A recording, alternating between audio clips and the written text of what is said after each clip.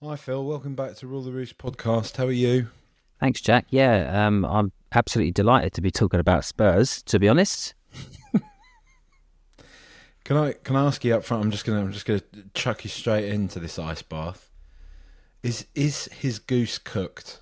Are we going to see the announcement today? We're recording at 14:37 on Monday, the 10th of February. Are we going to see the announcement today, or would we have seen it already? We'd have seen it a couple of months ago if they were going to sack him based on the way we're playing, the form and stuff. I think he's, like most people have kind of come to the conclusion on that he's probably a dead man walking, isn't he? I think that's what it feels like.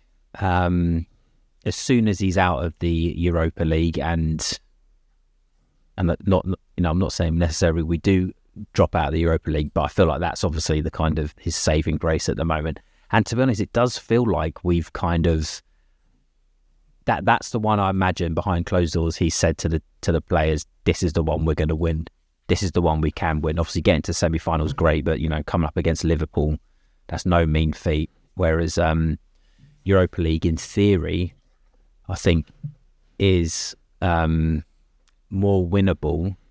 But to be honest, though, even on the kind of I know that we're like favourites for that and stuff when we were from the start. We can't be anymore, man, just the way we're playing. So, whether I hold out any sort of hope that we actually do win that. But in answer to your question, I think he's got until at least that. And if he does well or kind of takes us to the final there and things pick up, then I don't know. I feel like we're in a bit of a Ten Hag situation, though, when he beat City in the cup final, even though they wanted to get rid of him, couldn't get rid of him, and then have to kind of give him this stay of execution. And then it all fell apart and then they sacked him. And then, yeah, I don't know. It just feels like that's where we are with it. We haven't got any sort of grounds to sack him in the sense of given the injuries and whatever. And he's been a shield for the board, let's be honest. So they're quite happy just to keep him there. That's my thoughts. Do you reckon European clubs, how influenced do you think they are by probably predominant perceptions amongst other English supporters, the media and such, as to what Tottenham are? Do you think that has the internet brought everything closer together? Do you think the whole Spurs are bottlers, Spurs haven't won anything stuff permeates, and hence you'll get even, say, some European clubs that'll enter games against Spurs with less trepidation, thinking, well, Spurs will mess this one up? Or do you reckon still to the outside, if you like, there might still be a bit of a perception, well, Spurs are still a good English side. We saw what they did in the Champions League a few years ago, blah, blah, blah. Yeah, I mean, I don't know. I mean, I would have said beforehand that there's the scrutiny of the Premier League within the Premier League and with England. And yeah, so you don't get away with anything. Everyone knows you. Everyone has your number. Everyone knows exactly what everyone's going to do.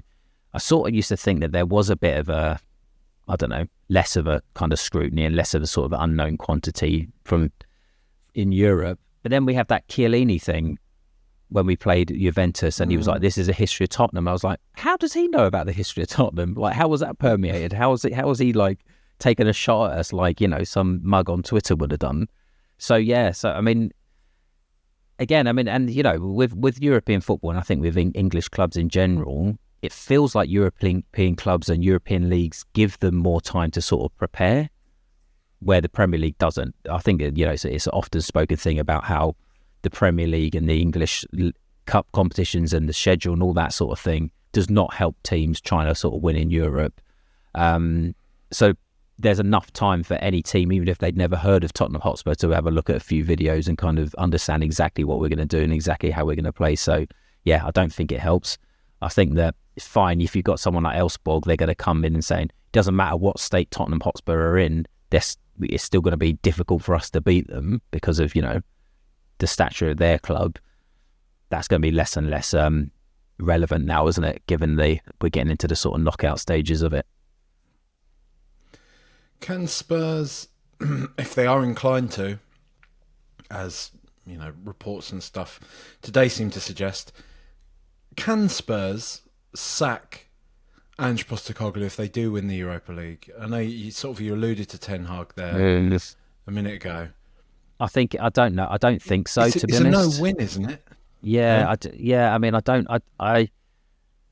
It depends how we win it. I know that sounds ridiculous to say, but I don't think if he wins this trophy, he doesn't get sacked. I think regardless of what's happened, regardless of what you think of his tactics or his coaching or whatever, if he wins this trophy, he gets the chance to kind of go again next season, I think. And that's, as much of the minutiae of it all that, we kind of pour over the tactics and, as I say, how we actually play, I think that's probably fair. So, I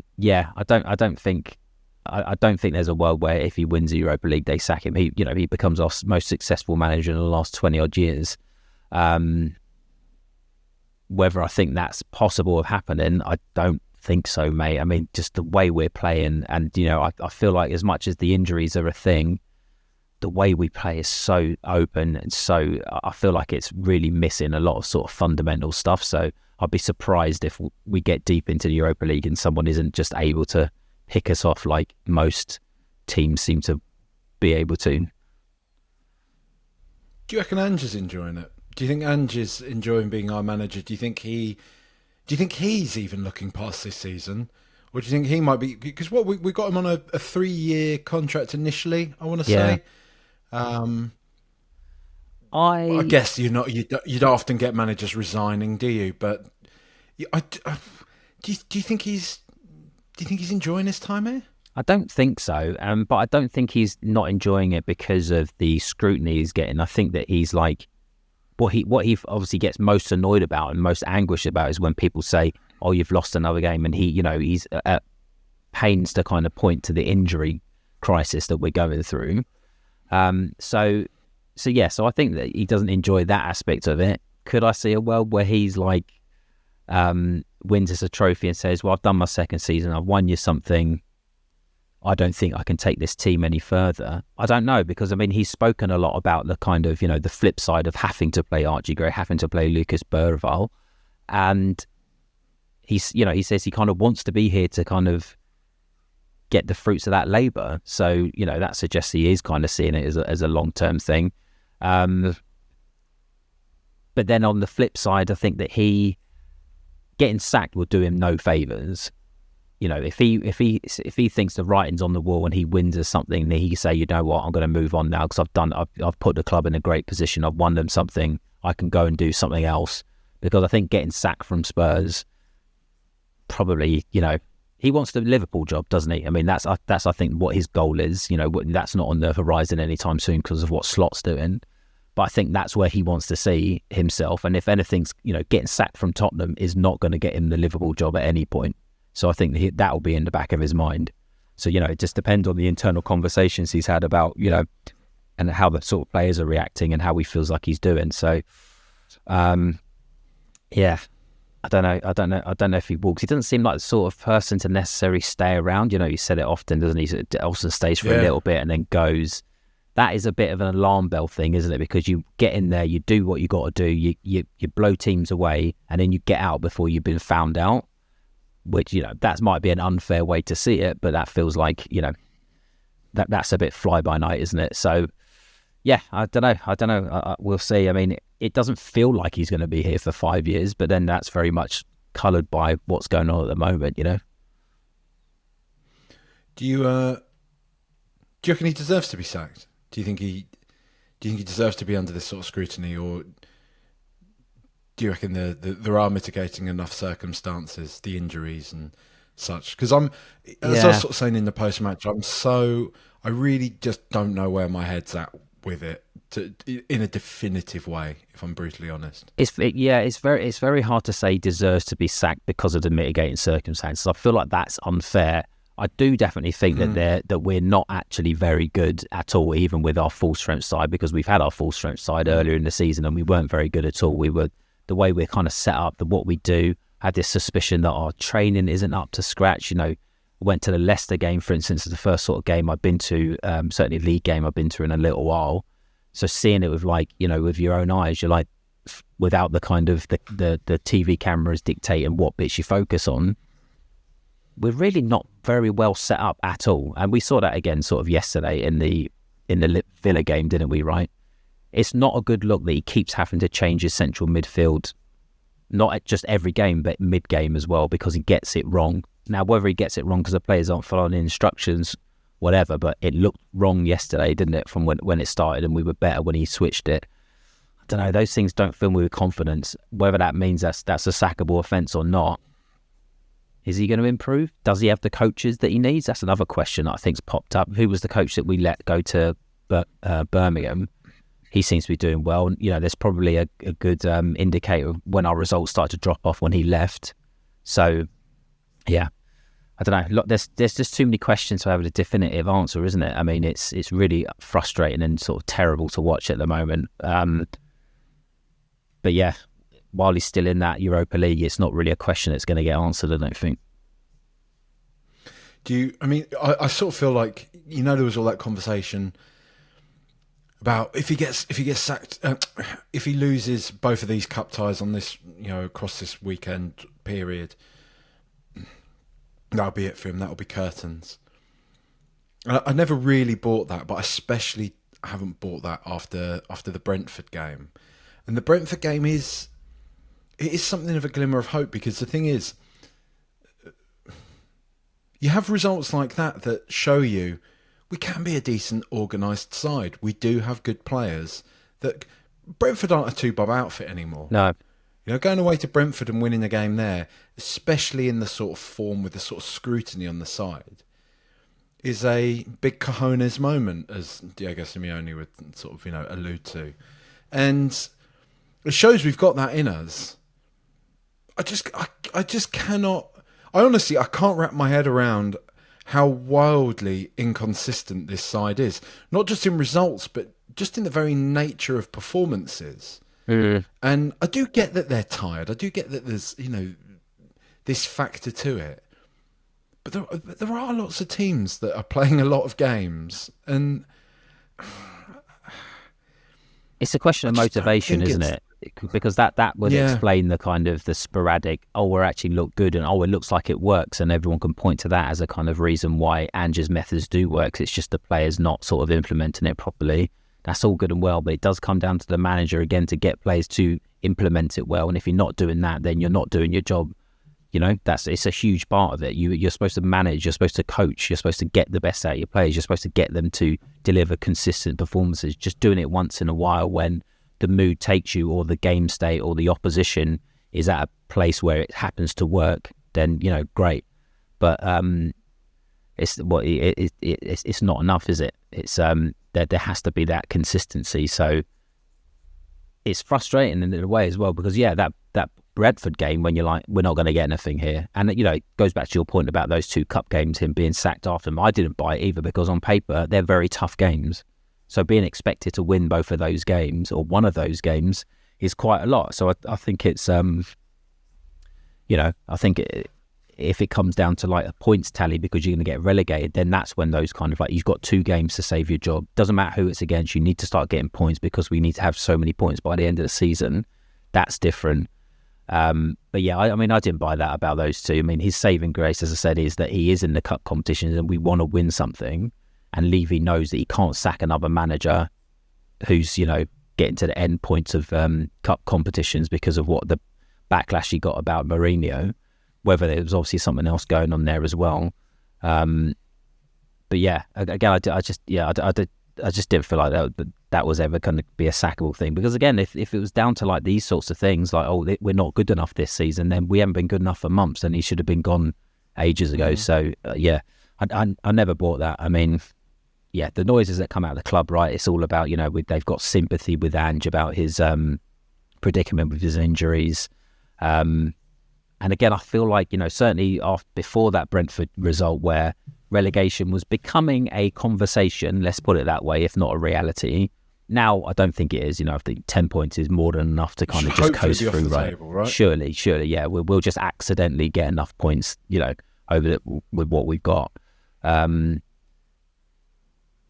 yeah, I mean, so yeah, I just think that, they're sympathetic towards him, and they're just going to let him kind of run it out and see how it pans out with the injured players coming back. I got to say, the thing that kind of keeps him hanging on for me in terms of like it just in my waning affection for him is stuff like his post-match comments. You know, when he's like just completely, he doesn't chuck any players under the bus. And I know people will say, "Oh, that's big of him," but so many managers will just rat on their players at the first sign of trouble, and he didn't do that. I think the one he's had sort of rows with in the past is Basuma.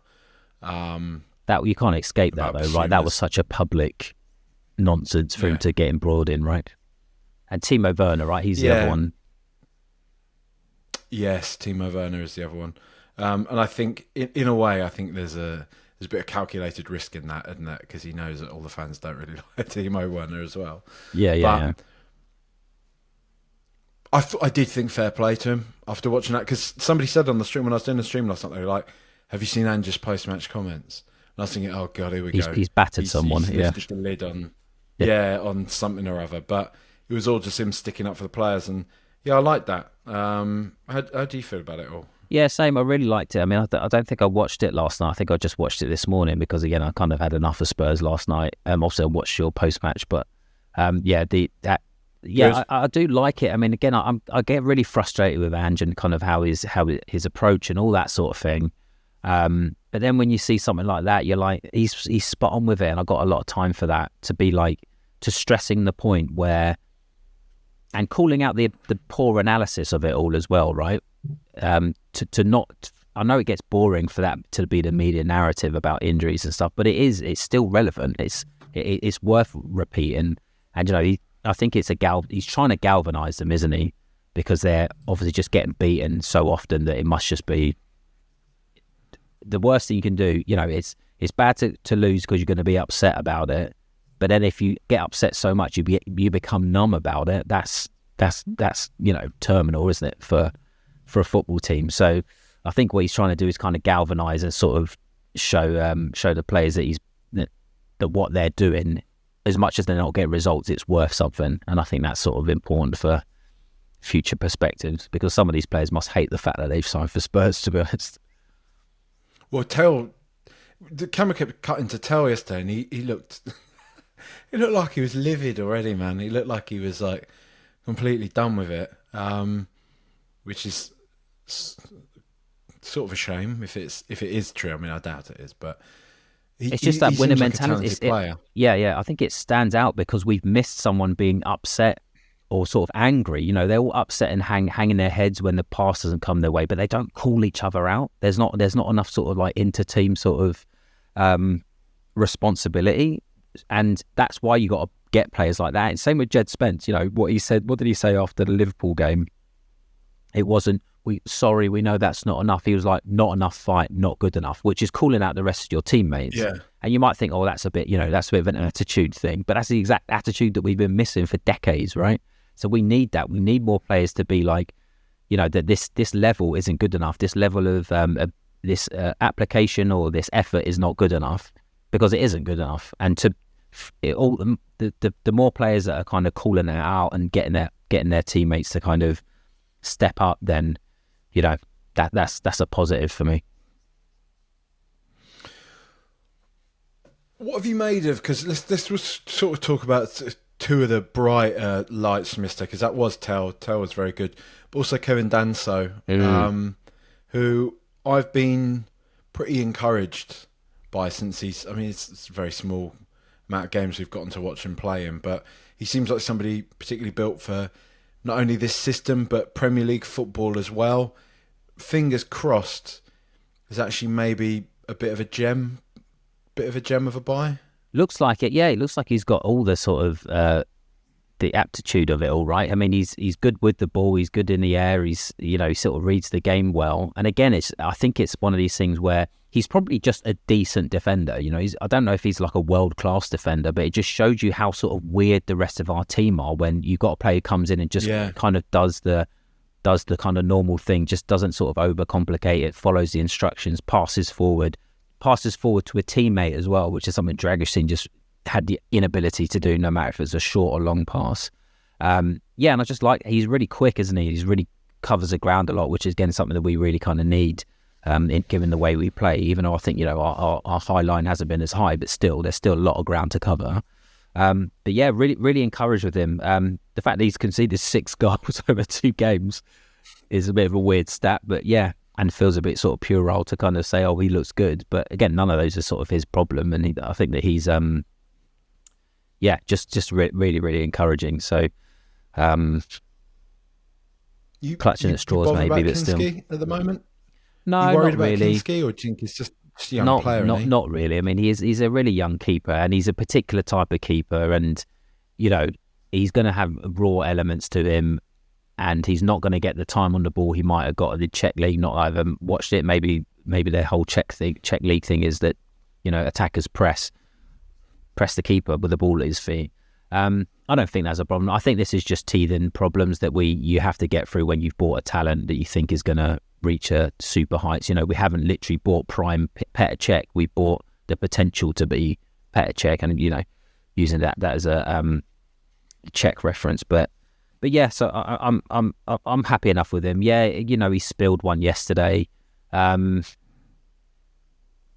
should have saved it. Don't get me wrong, but caught cold, lets a howler in. Made some really good saves after that, to be honest. And I think that's the sort of important thing. Young keepers are going to make mistakes. I don't think he's going to be our first choice. I think Vicario is probably going to come back in. But that's going to be good for both of them. So yeah, no, I don't really have a kind of an issue with him, to be honest. My hot take after the game. I don't think it's that hot take. I think it's an uncomfortable conversation that we need to consider having as a club. Is the fact that Mickey van der Ven and Christian Romero basically play 1 in 2 games, or at least have done so far across their Tottenham career. Both obviously magnificent footballers. We were linked with Mark Gay towards the end of the window. We've obviously signed Kevin Danso. Do you think there's probably a movement within the club of recognition that we maybe need to be, I hate to sound like one of the grown-ups in the room, but a maturity to realise that we simply can't rely on Romero and Van der Ven, no matter how good they are. And a team is only as good as its like defence, really, isn't it? Yeah, I think so. And then there's this element of being sentimental, isn't it? You want to see Mickey van der Ven back playing and injury-free and doing his thing. But actually what we should want is 2 quality players in each position, no matter who the player is. So if Mark Gay comes in and he's better at defending than Mickey van der Ven is, then he plays. And I know that's harsh because Mickey van der Ven is a rare talent, right? He's certainly suited to the kind of way we play. Well, we say that, but is he? Because he keeps going down with hamstring injuries, because he has to play in this the way that we play. I think it's more about just, look, there's players out there that we can buy and afford and attract that are going to make our squad better, and that's something we've never ever done, have we? We've always had like good 11s or good 8s, and then a couple of duff players, and then not a bench at all. So hopefully that's something that just indicated that that's what we're rectifying. It's less about, we don't see them as someone we can rely on. It's more about, there's good players out there that we can get, and we just need to bolster our squad so it can cope. There's a question actually whether Mickey van der Ven and Romero are actually that good at defending. They've certainly been sort of cut open quite a lot, haven't they? And again, that might be teething problems. It might be problems with being exposed and all that sort of thing. But when I think of Mickey van der Ven, I think of him tearing up the pitch with the ball at his feet. I don't think, or chasing someone down who's running to the channel and taking the ball off him with his pace. I don't think of it as someone who's like getting last minute blocks in, or heading the ball clear or anything like that. Sort of proper central defender stuff. So maybe there's something in that as well. And Romero, who knows which sort of Romero is going to turn up. Well, yeah, I mean, generally it's the Romero that wants to play for Argentina, isn't it? Which is a problem. It is a problem. I mean, you wouldn't be surprised. When's the international break coming up? It's coming up. It's March, isn't it? I think it's mid-March, like second week of March. So But yeah, I it think it's feels the fact that you wouldn't. I mean, one wouldn't be surprised, would one, were we to see Christian Romero go out to Argentina at the very least, if not play for them in March after yeah, yeah, he's yeah. missed pretty much the entirety of our season. Yeah, I mean, again, it might be that it's just a bit unfair to him or contrived way of thinking about it, but the fact that he's suddenly a slow healer, which is a phrase I don't think anyone's ever uttered in football before, and you're like, slow healer, so No. what's... And then you're like, oh, hang on a minute, it's because in a few weeks' time there's this Argentina international break. You can't, it might be unfair and it might be completely unfounded, but he definitely prioritizes playing for Argentina, right? It's definitely the kind of thing. We saw that during COVID, right? We saw that lots of times when he's kind of pitched up there when he's probably should be back home resting and he's still gone. So yeah, it's definitely a consideration. And again, I think I've said on here before, like, would we have signed him had we not given him these kind of confirmed to him that no, you can play for Argentina? That's kind of a, when we'd never tell you to not play. I don't think we'd have a grounds to sign him. He probably would have gone somewhere else. So it wouldn't surprise me if there's some sort of unspoken thing where we can't tell him off for playing for Argentina, which is why he probably got annoyed at us that he had to arrange his own flight back that time, which is around the last time he played, was it?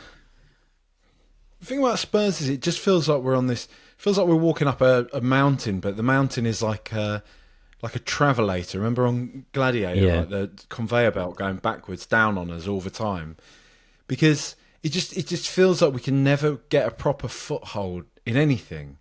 Because I look at our squad and people say, "Oh, it's just pessimism. That's just been negative, whatever." But I look at it, I just think the squad is the rate at which we sign players and the type of players we sign. We're not going to be able to plug all the holes in this squad that we still don't have a proper backup for Destiny or Doggy. Do you know what I mean? Like, we're playing Sergio Reguilon this season. We're playing Archie Gray out there. Ben Davies kind of floating between left back and centre back all the time. We don't have proper central midfield at all. We're being told that the priority this summer is an all-action attacking player. Great, but there's so many players that we need in this squad. And then on top of that, this point I'm making, we're looking at Van der Ven, you're looking at Romero, and you think, well, two of the senior established first-team players in there already, there's question marks over. It just feels never-ending at the moment. And I want to be hopeful about it. I want to look at Spurs and think, well, there are glimmers of hope. We've got Archie Gray coming through, who's great.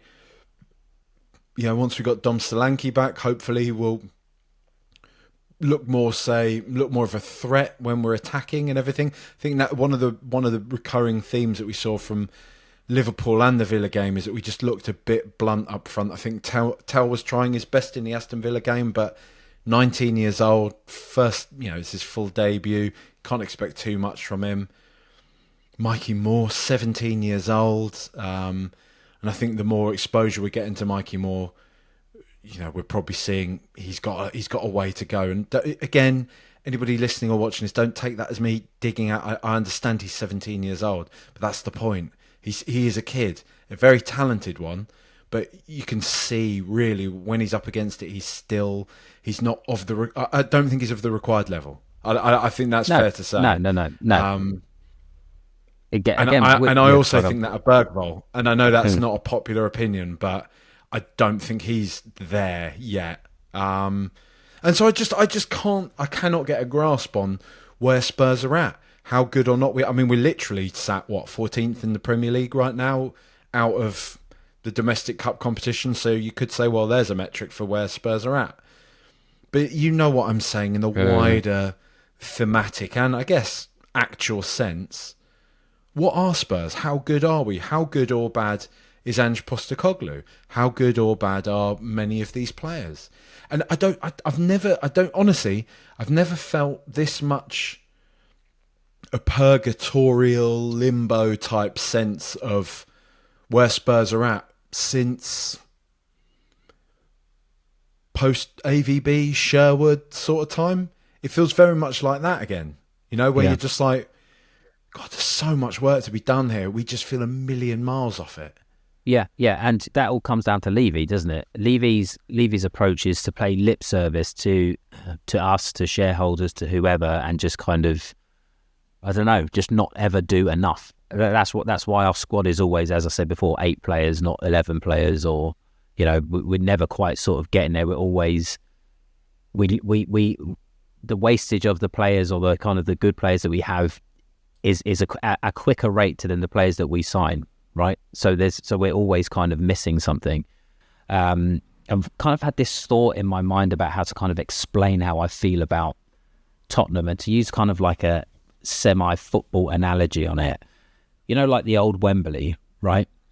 The two sort of like the towers, the iconic towers, whenever they were built, like when they knocked it down. I mean, I didn't really know this because why would I look into it? I don't care, but you thought, oh, what's going to happen to them? And it turns out that they weren't ever stone structures. They were just like fiberglass molds.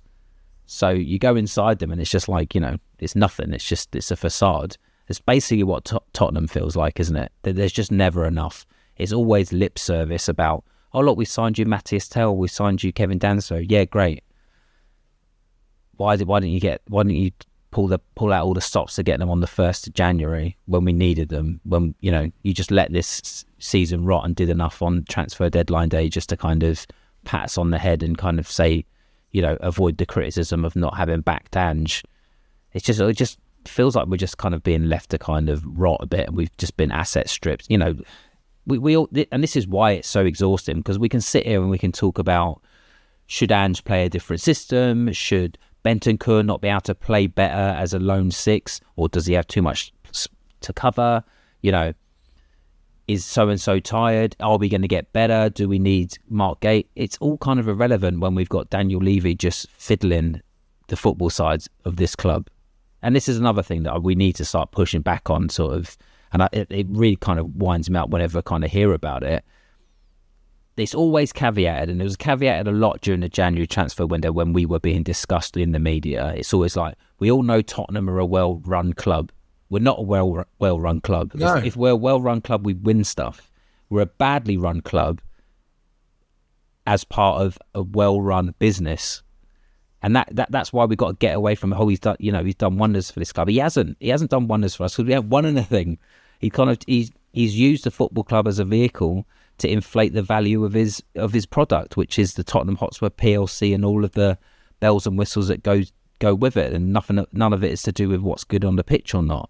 So that again, that's just the root of it. So we just keep, and as you say, that's the travelator for me. We keep having these conversations, we keep talking about it, and when we know what the problem is, unless certain perspectives or ambition is going to change at this club, we're always going to be having these conversations until someone buys a club, or there's a takeover which guts the actual inside and makes it a fully functioning football operation. I haven't listened to it, but from what you've been telling me about the Lloris autobiography, I can't cope with that. How he's just reflecting on how much of a shambles was it that the club was, which is something I think we all kind of suspected as well. That it's just this, as I said, it's just this facade to pretend, but it's not actually kind of backs up with anything. There's nothing to it. It's all just like accounting and all that sort of thing. It's just moving stuff around. Nothing is actually kind of focused on what do we need to do to win. It's too expensive to win. It's not worth the risk because it doesn't actually impact the football club at all. But as part of you, it thinks, isn't it, in the back of your head, like, it can't be that though, right? Really, like, I must just be being wobble-headed. I must just be, somebody that's not appreciating how hard it is to operate against Man City, against these sort of teams. But I still look at Arsenal. Signed Declan Rice for £100 million. We could do that, and we won't do that. You will not ever see Daniel Levy doing that. You will not see him spend £100 million on a Rice, 26, 27-year-old player. He just will not do that. He won't ever do that. And I'm just sort of going to reiterate the point I made on the post-match yesterday, which is, call me basic, call it kind of a real knuckle-dragging opinion on stuff, but you just want a bit of excitement in football. And I don't think it's just a fan thing. I think Danny Rose alluded to this in the past. Everybody at the club just needs a bit of a lift. And if we ain't going to win trophies, I mean, it's a bit chicken and egg, but if we're not going to win trophies, at least create some hype by doing the thing that nobody expects you to do. Why aren't we just being like, you know what, sack it. Like, Lisbon, here's 100 mil for Gyökeres, right? Here he is. Let's get him in. £100 million. Like, it seems, again, it seems like a nice bit of business. He seems like a good player. But at the same time, he's a 19-year-old kid that we've opportunistically dived on because Bayern Munich owe us a few quid. So we can strike a deal with them. And I know people will say, well, that's business. You know, you have to sort of exploit avenues, and the net is positive because Tell is a good player and all that type of thing. I mean, we don't actually know how good or not Tell is. Early signs are promising. Obviously, the signs earlier on in his career are promising. He got signed by Bayern Munich when he was, 17 years of age. He's obviously a good player. There's obviously a very good player there. But what I'm saying is, again, it's a type of calculated gamble. It's a type of calculated risk that we're playing. Get him in on loan with a potential to buy, low enough signing fee, blah, blah, blah, all that type of stuff. It's never just, let's have a punt. Let's have a punt on a big player. Try and build some hype up again. We've got Carragher, we've got Neville, we've got all of them, even our own, like Hoddle and stuff. Dig us out every single time they're on the box. They can't wait to stick the knife in. Yet we still don't seem to change tack. Game-changing stadium. Again, we haven't changed the game at all. No. Like you say, it hasn't changed the game for the football team. It's just making more money for the people in charge of the club. Yeah. And I am getting sick of being told, well, just stop being so entitled. I don't go and watch Spurs anymore because I am simply not spending £65-70 on average. And that's before you factor in travel and beer and food and all that type of stuff, to go and watch a middling side. Like, yeah, you shouldn't have to pay that much to go and watch your team, however good they are. Yeah. But I just default back to that position of like the expectation, the financial expectation that is placed upon the fans is not reciprocated by the ownership. Yeah. They go to another club that holds an asset, a good player that they want to get hold of. What? You want 100 million for him? No. Yeah, we're not doing that. Yeah, you know, it's just isn't it like? Do you know what I mean, mate? Like, sometimes I feel like I'm losing my nut here. Like, am I? What am I looking at here? What is actually going on here at this club? Like, what are we playing at now? What, 14th in the Premier League? We never sign big attractive players or anything. We never win anything. Why are we paying the most? Why are we paying the most of tickets in the country, in Europe? I don't like. What is going on? Well, again, what is actually going on? Occam's razor, mate. We've been had. They're not keeping their end up of this bargain that we shook on, but no one ever bothers to kind of write it down in blood. And, you know, we just got taken for a ride. Like I said so many times, the stadium was built off our backs, or our financial backs. That's what it's secured against. The fact that we're going to go and spend money there no matter what, apparently, because now we're 14th in the league and we're still going. Like you just said about if you're being wobble-headed or not, it's one of two things. It's either conspiracy, right, or complacency. Either way, they're not doing what they're supposed to be doing, who runs this club. Because again, as I say, they're not holding their end up of the bargain, and it's feeling increasingly like we've had the wool pulled over our eyes. And again, I think everyone kind of knew this as well, but you're like, well, you know, still got Harry Kane, and that's a lot of massive sticking plaster for the last 10 years or so, all that sort of thing. What's going to be really interesting as well in the media, I know like Carragher was being really weird after the Liverpool game, right? Because I think he got embarrassed by us when we beat Brentford, right? And then he kind of took it out on us by saying we never win big games or whatever, which is, you know, valid or not. Be interesting to see what happens at that Man United game, because the reason why Spurs Spurs are the laughing stock anyway, but we haven't quite had the sort of the hammer of the gods on us, right? We haven't had the absolute kind of, ticker tape or anything about how terrible things are here, because Man United have taken a lot of that flack.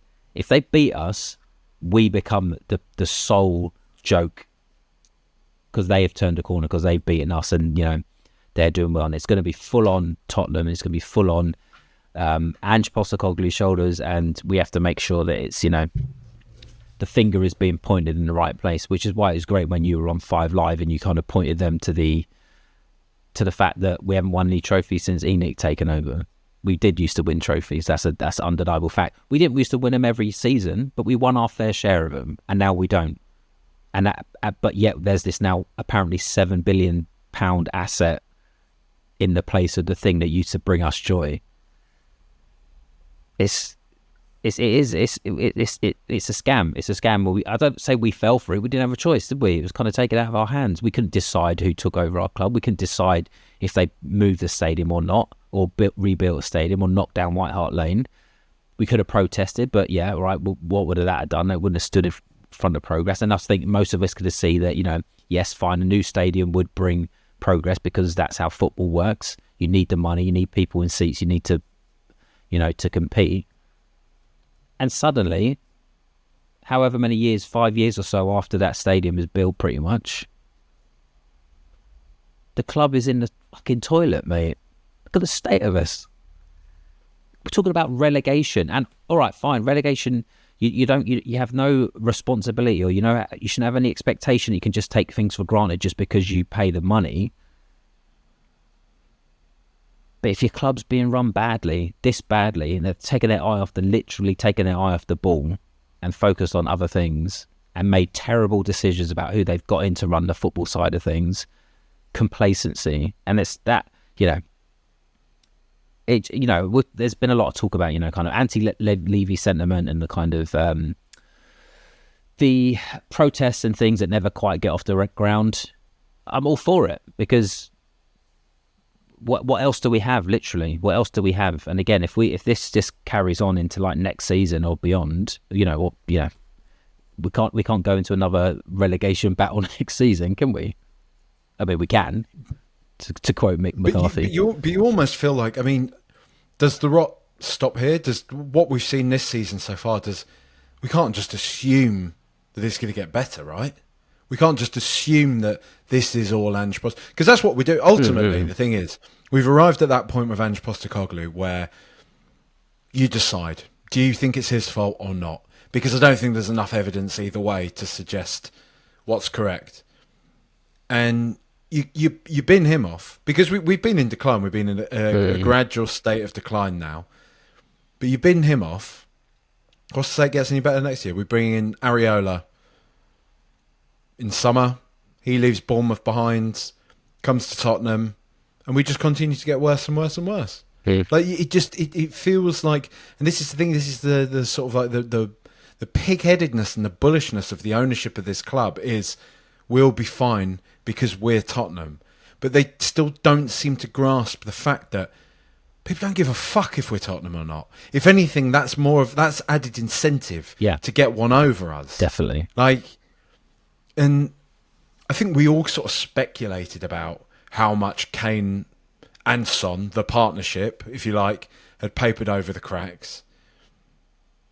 And it's pretty much undeniable now, isn't it? I know we still score goals. I still think we're one of the league's, or at least we weren't until fairly recently, one of the league's higher scoring teams. No one's scared of us. We don't have that. We're not scary. We're not scary anymore. No. That's it, right? And even then, you thought we can get a chance against Tottenham. No one's scared of us, and there's no reason to be, because look at Villa yesterday. You should have put us to bed massively, And it's one of these games where you're like, all right, Kinski made a few saves, but it's this weird thing where it's just down to the profligacy of our opposition that they don't bury us. That's just luck, or that's just leaving it to the fates to decide. We haven't got any control over what Villa do or don't do, because we have no control over the game at all. And then we score a goal and it looks a bit better. It was not better. We should have been out of sight and buried. They just got a bit rattled. Villa just got that, oh shit, they've scored in like the 91st minute. Hang on. Yeah. If we scored on that's all that it was. If we scored just after they went 2-1 up, they would have cranked it up a bit. But they didn't. It was that old adage in football where, you score late, suddenly, as you say, it doesn't matter how commanding you've been. It's that voice in the back of your head that you're like, oh, we've actually blown it. We should have taken our chances. But it's not that. Yeah, it's I don't really know sort of what comes next. I mean, yes, you can say we've got all these players coming back and I expect us to kind of get better towards the end of the season. We could also not do that because we don't play very good football, no matter who's kind of there. We got our first choice centre midfields out at the moment, out on the pitch. They look terrible. There's no reason for Bentancur other than the fact that he's had injuries and whatever to be looking tired. He just looks completely out of it, completely unsuitable, completely not up to it at all. Like all these injuries and whatever has caught up with him. We don't look very well coached either. Again, I'm just firing off everything now. It's not kind of to any narrative point, but there's no kind of there's no guarantee that this kind of that our players coming back make us better. What James Maddison coming back is going to make us better. He's been here for most of the time. He's been done. I know, right? Scored a few goals and he's our top goal scorer. Has anyone mentioned? Which is mad. Has anyone mentioned mad, at all? Isn't it? Yeah. Has anyone mentioned at all Brennan Johnson's been out injured? People have forgotten he even existed because he's absolutely had, he scored a few goals, but absolutely has no kind of impact in the play otherwise. So again, I don't know. That's fine, and I'm not saying it's all for like doom and gloom. We're going to get dragged back into a relegation battle because I don't think we are. I think that Brentford win came at the right time where suddenly we're up a bunch and we'll pick up results here and there. But I don't know what the future holds, and I don't see any progression. I don't see any progressions. Look at Sarr, for instance, right? Good player. Both of us really like him. Has he developed, or has he gone backwards?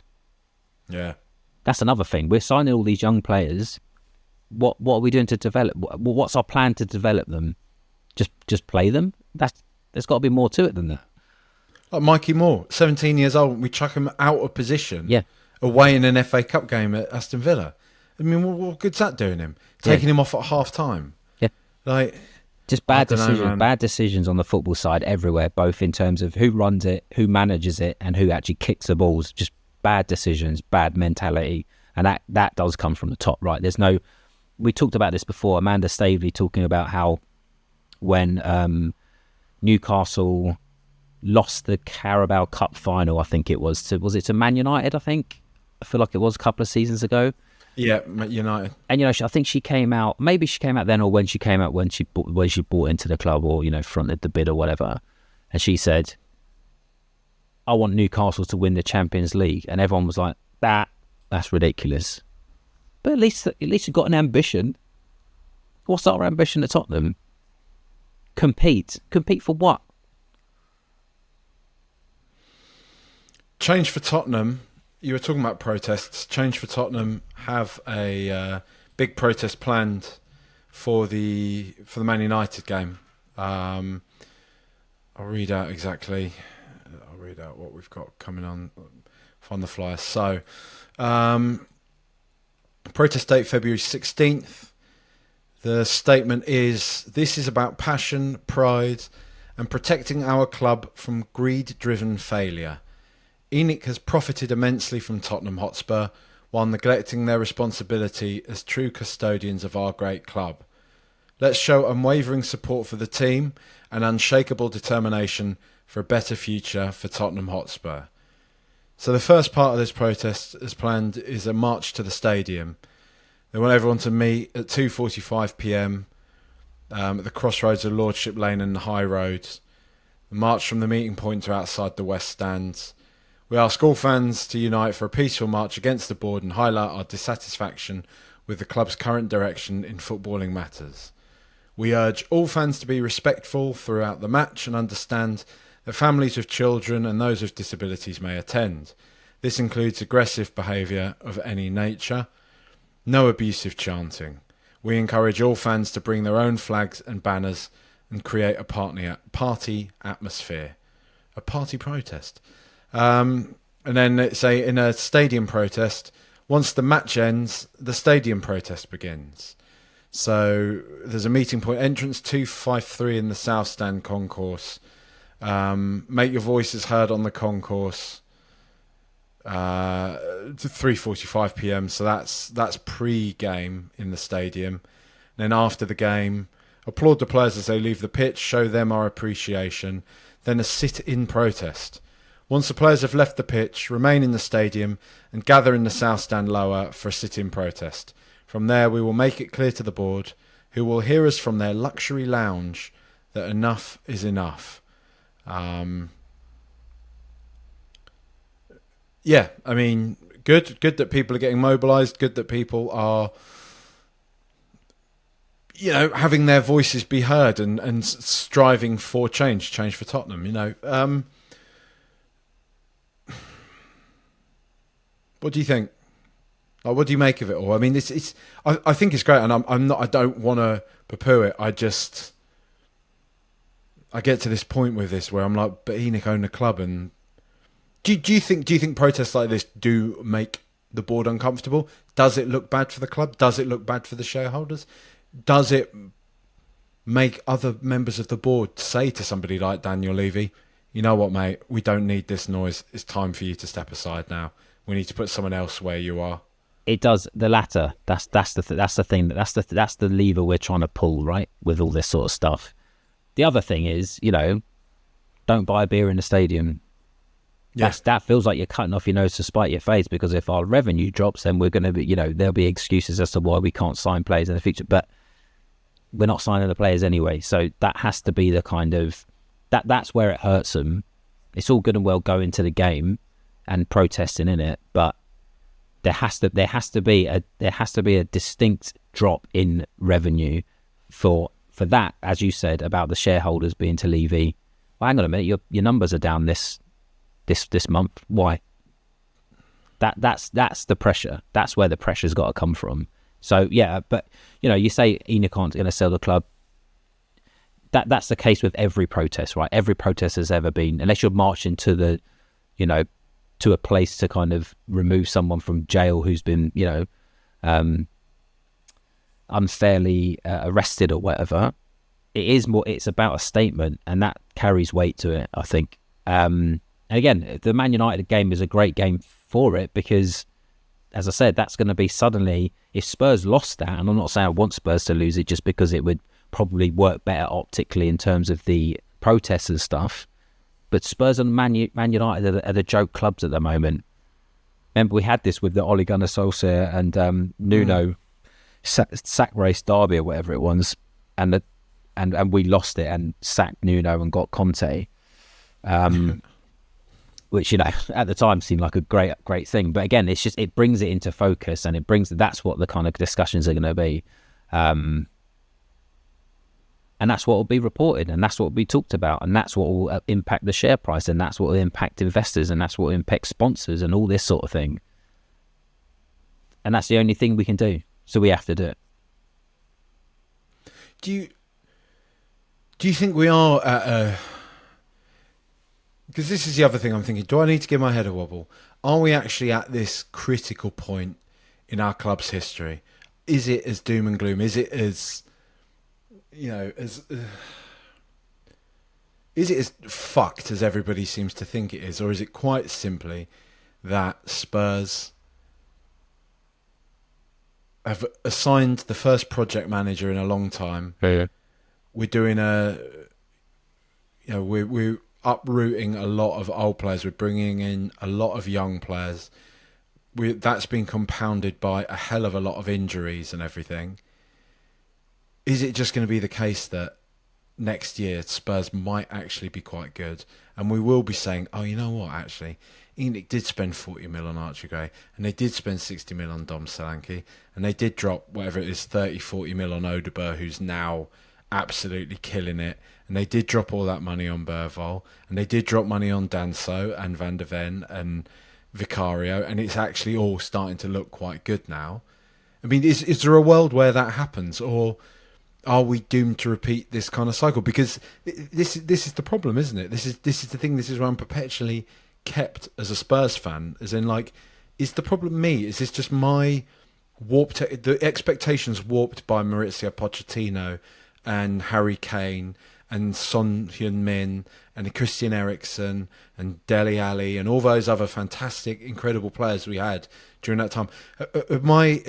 Have our expectations just been warped? Were we not supposed to actually be that good?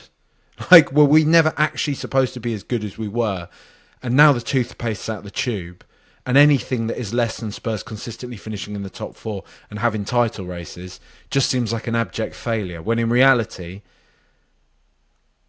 we're an all-right side. We're an all-right Premier League side, and we've always been an all-right league side. And football is just so grotesque now that how are you supposed to compete? Liverpool won the Premier League. I mean, they might do it again this year, but they won the Premier League once, when any other era, Jurgen Klopp's retiring with 3-4 Premier League winners' medals. Yeah. You know? Do you know what I mean? Like, Yeah, what's actually going on here, you know? Why the ticket's so expensive then? That's what's out of whack. That's the thing. And this is not our choice. We haven't made this choice as fans. We're being asked to pay for a product that is not delivering. Again, it's that kind of bargain that we've talked about, right? So if you don't want people to complain and to protest and for the scrutiny to be on you, drop the prices to what Brentford's charge or something like that, or more in line with that. Don't charge for something and say you're going to do something and then don't do it. That's what's upset people. That's why people are like, what is going on here? The whole, all right, you can say next year, great, we signed Archie Gray, Alderweireld, all this, great, they're suddenly good. We only signed him for 40 million because we know if he gets good, we can sell him for 80. Or he's an all right player for a bit and then he drops off a bit and we sell him for 12 million. So we only end up spending 28 million and got a few years out of him on low wages. So it depends how you want to look at it. Again, we've talked about this. It's been talked about loads and loads of times, but it's this kind of revenue to salary ratio. We're in a position where we didn't have to do a rebuild that only had young players in it or only had cheap players in it. That's not what a rebuild has to be. We've decided to do this because we kicked the can down the road and it's an excuse to be like you say, we've got young players, we have to wait for them to mature, then we'll be good. That's just Enoch getting away with it for another 5 years. That's how I read it. There's been a bit of talk. It seems like, the away end was singing for Maurizio Pochettino at the end of the game yesterday, and obviously Poch showed up at a Legends night, and Ozzy Ardiles made a little quip about them trying to work on him coming back. Do you see any well when Maurizio Pochettino comes back, or do you think it's just... For me, like, the club had the chance before they brought in Ange, and they quite clearly didn't want to bring him back to the club, so I can't see them doing it now for anything other than some cheap piece of PR, which isn't the greatest basis to bring in a manager back. No, I'd see it very cynically if those talks progress, to be honest. I don't want him to have to suffer this either. He's done his time with us. I know he's the Chelsea thing, but to be honest, I kind of forgot about that pretty quickly. Yeah. He was never in love with them either. He took, even as Chelsea boss, he took every opportunity to say how much he loved Spurs. He did it out of spite in a way towards Levy, wasn't it? Because he showed that your rivals can hire me, but you can't. So, but no, I mean, I don't know. I'd love the idea of it, but I don't know. I don't think there's any kind of truth in it, to be honest. I don't think we've planned that far ahead, to be honest. I'll save this for the very end then, mate, now, just before we close. Do you want Ange to go now? Have you arrived at a point where you want him to go? Now? No. I want him to succeed. Because why wouldn't you? Why wouldn't you want Spurs' current manager to... Yeah, I know he's a bit gruff and he's a bit annoying and, he looks down at the floor and all that sort of the annoying things. I don't really care about that. I want him to succeed because he's... A lot of the dad coughing. Yeah.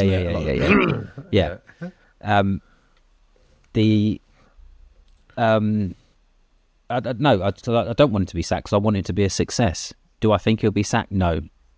At the moment, no. So, no. And I don't think it solves anything. That's the thing. I don't think it necessarily solves anything. This season looks like it's kind of run out of steam anyway. I don't know how well we're going to kind of approach the Europa League. So no, I don't want him sacked immediately. I think he'll go in the summer, to be honest. You reckon it's going to happen then? I think so, because I don't think we win the Europa League. I think we just end the season in 11th or something, or get to 35 points mark, and then people just kind of switch off, because that's the sort of players. That's what our senior players are like. They'll just focus on their holidays, go on the beach. That's what I see how our season ended. Yippee-ki-yay. Good fun. Isn't it? Oh dear. Right, well, cheers, mate. Thanks for the chat today. Would have liked it to be a more cheery one, but you know, what can we do? We can only do what we're offered. We're not magicians, exactly. Are we? Exactly. A bad podcaster blames his shite football team, doesn't he? Oh dear. But yeah, cheers everyone. Please, like, subscribe, leave comments and reviews and all that type of thing. Bye. Bye.